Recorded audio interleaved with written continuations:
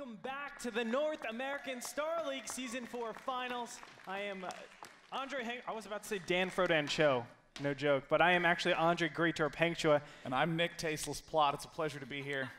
Definitely so, and we are here to cast the third game between Sortof and Violet. It's going to be on Ohana. Let's go ahead and jump into the game right now.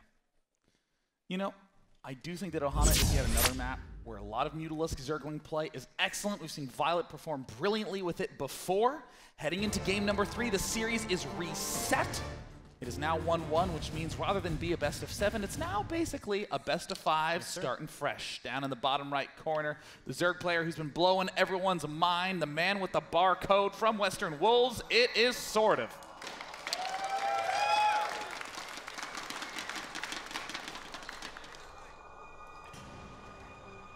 And in the top left-hand corner, the standard playing player, a little bit of a difference.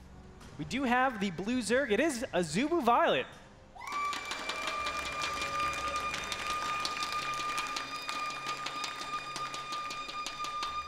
Can someone take that kettle off the stove? That would be appreciated. You know, I will say that last game I feel like is a great demonstration of the difference between the mindsets of Sortof versus the mindset of Violet. With Sortof, you got a player who you can clearly see has a clearly planned out, meticulously executed build order and is just trying to get through the steps, minimizing damage. Violet, on the other hand, you see him, again, not saying, well, what's standard, what's normal, just going, what is good right now? Yeah, yeah. And even though it looked standard, you still saw those little edges Violet took for himself. Oh, wow, I really seem to be distracting my opponent. I'm going to take a really early fourth. I'm even going to throw in the macro hatch there. Oh, well, since I open it with this +1 carapace, then I guess I can sit and easily gain the upgrade lead as long as I keep checking what his Evo chamber counts at. And you know what happens after this? Let's say Sortof loses this game. I'm always going to go back to this one game when I was a Brood War noob. You and Tyler casted a best of 5 series PVZ where a certain Zerg did the same thing over and over and over again. Just went mutas. And the Protoss absolutely annihilated him. And a lot of people were like, why is this player going the same thing over and over again? And it's because that's all he trained. That's the #1 thing that he wanted to do. And I really have to question, is Sortof going to change, or is he going to just fall back on what he practiced and what he trained for? You know, I think it is almost always better to fall back on something that you know that you've trained than it is to hear something new or think something an hour before your match and go, let me give that a shot. There have been more losses like that than, you know, let's be bold. There have been more losses like that than any other in the history of sports. Yes. I mean, it's really kind of funny to go talk to a lot of people who, you know, get the opportunity to compete in open tournaments, whether online or at a live tournament, and they always say, I was up against that really good guy, and I cheesed him, and I never cheese, and he just held it off so easily. In these pressure situations, it's so easy to deviate, and I really have a lot of respect for Sortof for having this sort of consistency. Again, it's easy to talk about doubt, but you know, he's always tied 1-1 and has managed to win an excellent game 1. First blood goes to Sortof as he takes off the first Zergling. Gonna get a good scout around, really nothing of substance. Wow. So far. Why is he Sortof just chasing? wants this link so dead. I'm gonna get you. Already we see Violet with his earlier speed, his earlier Baneling Nest, his earlier double Queen. Spinecrawler going up defensively. Sortof does have the lead in drones just due to that earlier first Queen. Yeah, nothing of substance just yet. Still no Baneling Nest. Oh, it's gonna go down pretty soon. Got him. There it is. Okay. Good job, 2 Zerglings. You did a lot. That's all it takes for the clap. 75 minerals down. Yeah, nothing of substance just yet. Both these players still have a lot to choose from. You know, this is a map where I actually do like openings that transition into Zergling Ultralisk. It's a narrow map, but in particular, it's very easy to defend the natural to get up the early 3rd hash that you'd need to go. Ling Infester, we've seen Violet do that once or twice. Yeah, there are some Roach timings at the 3rd base, but you have to like have that premeditated. Like you can't just go in and say, "Oh, I can react to this Zergling Infester to start us off 2 base, going into the 3rd base. I can react and just crush you." No, you kind of have to say, "Okay, I'm gonna get my 3rd base, He or she is going to get their third base, and then I'm not making any drones for that third. I'm just going straight up roaches and trying to kill my opponent. And that's a hard call to really make before you see the infestors coming out. So I feel like against a player like... Oh, wait, I'm thinking the other way around. But still, against a player like Sortof, I think that's a very, very applicable thing to do. If Violet wants to go Ultras, I don't think he really has to worry about a big Roach all-in. Yeah. Because Sortof will just play Infestor, Hydra, Roach again. Yet again, identical response out of Sortof. Yes, sir. Real question is, what are we going to see out of Violet? I honestly think that yet again, this is an excellent, excellent map to go for the Spire play. Yes. There's really not that much risk. And I do want to talk, well, rats. I do want to talk about one of the coolest things that you can do is that when you see this infestation pit building, it'll generally finish up, as you can see on the little timer, at around 8:30. Mm-hmm. You rush in there at around 9 minutes, 9:15, with an Overseer that has Contaminate. And then you contaminate this you're so dirty. While it's at 80% on the pathogen glands, and then the infestors hatch without the energy upgrade. It's actually a brilliant move that I saw E.G. Suppy do at the Battle.net World Championships, and his opponent had 6 infestors pop out without the energy upgrade, and he killed all of them. Day9, did I ever play you on ladder? Because someone did that to me. If it was you, it I'd wasn't be me. sad. I've been playing Protoss lately. Okay, good. Definitely one of the most frustrating things to deal with, but ooh, little nice pickoff over here. Wow. Getting the queen. Great snipe there by Violet. Now moving up, and it looks like the third base is under fire yet again. It's this limited amount of roaches. The Banelink connections are marvelous, and there's just not enough roaches. There are not enough roaches. Sortof is going to have to cancel at 90%, the last thing in the world he wanted to do. Oh, and he's going to start up, cancels again, kills the drone, and gets out of there. Beautifully done by Violet, while he's getting his own third up. And I think most importantly of all, look at the infestor count. Already starting to stockpile on up for Violet. The only real edge we're seeing out of the Swedish Zerg player is that speed upgrade. Violet, again, going to go for Zergling aggression. That supply count is a little deceptive. It doesn't really tell the whole story. Right now, of course. The red Zerg player is actually in quite a bad spot. Yeah, roaches are just a huge supply tank, so you have to be careful when really watching that, especially with the power of spine crawlers plus upgraded Zerglings plus infestors. You can definitely kill a lot more than your supply. And again, denying the third, no cancel. Misses the cancel. Oh gosh, Sortof. And there might be, nope. Oh, he could have swung around to the natural, but it was very risky, of course. Banelings could have been anywhere on the ramps. There's really exactly one decision that you can make at this time as Sortof, which is to try to send your roaches and win in a huge battle. But right now we see the roach count is going to be high. The infestor count is going to be high for Violet. I mean, Violet is in absolutely perfect position to just demolish here. Yeah, look at that. I mean, he has roaches for himself. What happens with that is a single fungal, and then you will get the better concave. So it's hard to justify some sort of attack from Sortof. That's why he backs up, just takes his third, and will take the economic loss. So again, over here on Ohana, we will have Sortof playing from behind. And last time around, he just maxed it 200, and pushed. And obviously, that wasn't, I wouldn't say that was theoretically the best move to do. You want to be playing more, you know, guerrilla tactics, guerrilla warfare type of deal. But we'll see what Sortof does this time around, as I feel like any 200 attack won't be as successful, especially with all of the stats that Violet has taken throughout, you know, the Hyun games and, of course, his games. This is just going to be a tremendous position for Violet.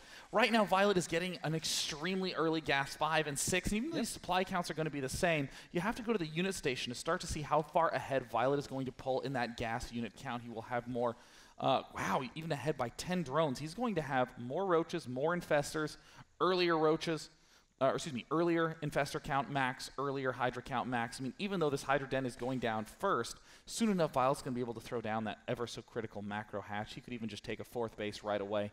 Violet has the supply lead now by a big margin. That's right, and it's really going to be up to him how he uses his advantage. I really feel like Sortof will be, you know, just super defensive for quite a long time.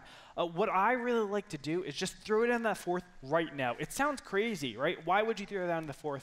Your opponent's just going to attack it. It might not be defensible. But the fact of the matter is you force your opponent to move out. are they going to take their own fourth, or are they going to attack you? And look at this. Sortof is actually the one to take his fourth a little bit earlier. It's another one of these seemingly risky moves, but like you say, it forces your opponent to attack, and especially if you're expanding here, you have this possible concave, because as you'll note, it tapers outward, which means it just with a 1A, it's very easy to have a big, big concave. Yes, sir. Right now, in that unit station, we see that it is 9 on 9 infestors, but Violet's 9 were earlier. Look at them, all having almost all maxed energy, but Sortof is not far away from catching up. That's right, +2 missile attack just finishes now for Sortof, so he has the slight advantage in terms of upgrades. Will he use that? A slight attack over on the left-hand side will be intercepted quite easily. Just Zerglings against Zerglings, no big deal. The Zerglings won. Fourth base up for both of them, and right now I'm marginally concerned about this 38 roach count for Violet. That's going to get increasingly less good as the Hydra count gets higher and higher and higher for Sortof. And I feel like this is the one thing he seems to consistently bank on is just saying, yeah, you're probably not going to attack me before we're maxed. And when we do max out, I'm going to have more Hydras. So, It's just inactivity, banking on inactivity. Of course, you bank on your opponent not attacking also because of just the terrain, how everything works out. Funneling into a tight little position, Ohana has these little chokes here and there that you can easily just fungal and get the better concave. So he's using that to his advantage as well. Wow. Oh. He's trying to push out here.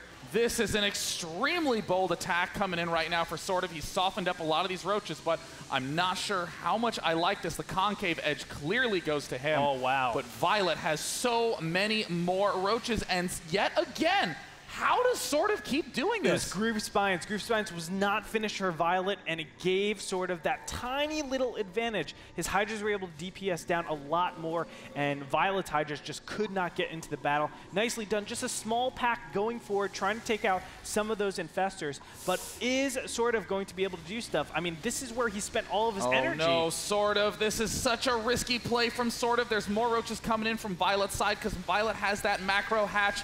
And this is the critical blunder. Yes. He needed to pull back, and already we see Violet springing ahead in every regard. More Hydras, more roaches, more infestors with energy. Very well done. You can see the economy advantage from Violet really kicking in right now. Nothing of not really the worst trades going on, but you know, he's able to macro up a lot faster than his opponent. Of course, he maxed out a lot earlier than his opponent. So yeah, he loses the first battle, but he's able to get back into it. Queen will go down at the main base. You can see still no hive. And both these players just trading a little bit in the middle of the map, but sort of has to back up. His infestors don't have a lot of energy, whereas Violet still has quite a bit. This is going to work out very, very poorly for Sortof.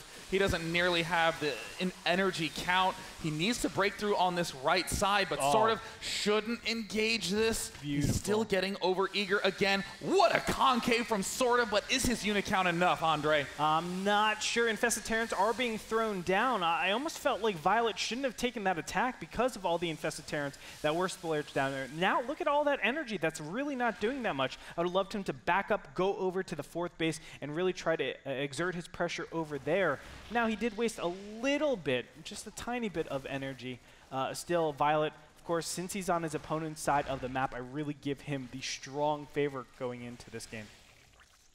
The Infested Terrans run out of steam, collapse on the ground, and now it's 170 supply to 200.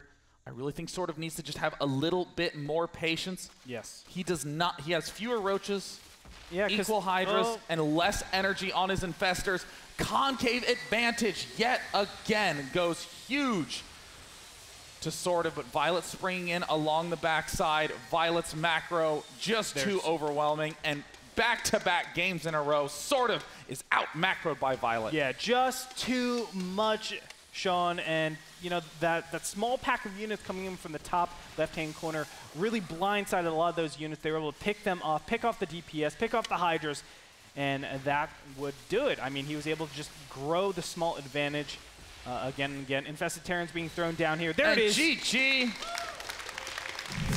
Violet takes game number 2, and again, the strong point of Sortof is exactly where Violet is attacking. Yeah, it's really, really cool. I mean, Violet has assessed that the early game stage, where it's 2 base approaching that 3rd base, is where Sortof is weakest. By focusing on roaches, you actually heavily impede your economy going into that 3 base. You stay very, very safe most of the time, but you're open to potential counterattacks, and you know you're not really going to be attacked because Sortof doesn't do a lot of all-ins. And as long as Violet kind of plays a little greedy, goes that super fast infestors, he can say, well, I can back up to spine crawlers. I can get roaches as he gets them. I don't need my essential upgrades like +1 or Glio Reconstitution because I have defensive positioning and I can defend against potential counterattacks. Guys, huge shout out to Kingston HyperX for bringing us that match. Go check them out at kingston.com. And, you know, I want to, again, give huge credit to Sortof for sticking to his guns. Yes. Trying to do the same build consistently again and again that's been so effective for him, but it's turning out to be tactical decisions as the game goes on. He needs to have a little more patience if he wants to get that many Hydras, and if he had just pulled away after winning that first engagement, I think he would have overrun Violet eventually. There was no real reason to have any of those other fights, right? Other than adrenaline. He wasn't fighting for anything. It wasn't position that he really needed at the time. So, yes, I completely agree, Sean. Guys, when we come back, we're going to be going into game number 4 where Violet leads the series 2-1. The first player to get 4 wins will advance to face Liquid Hero in the grand final.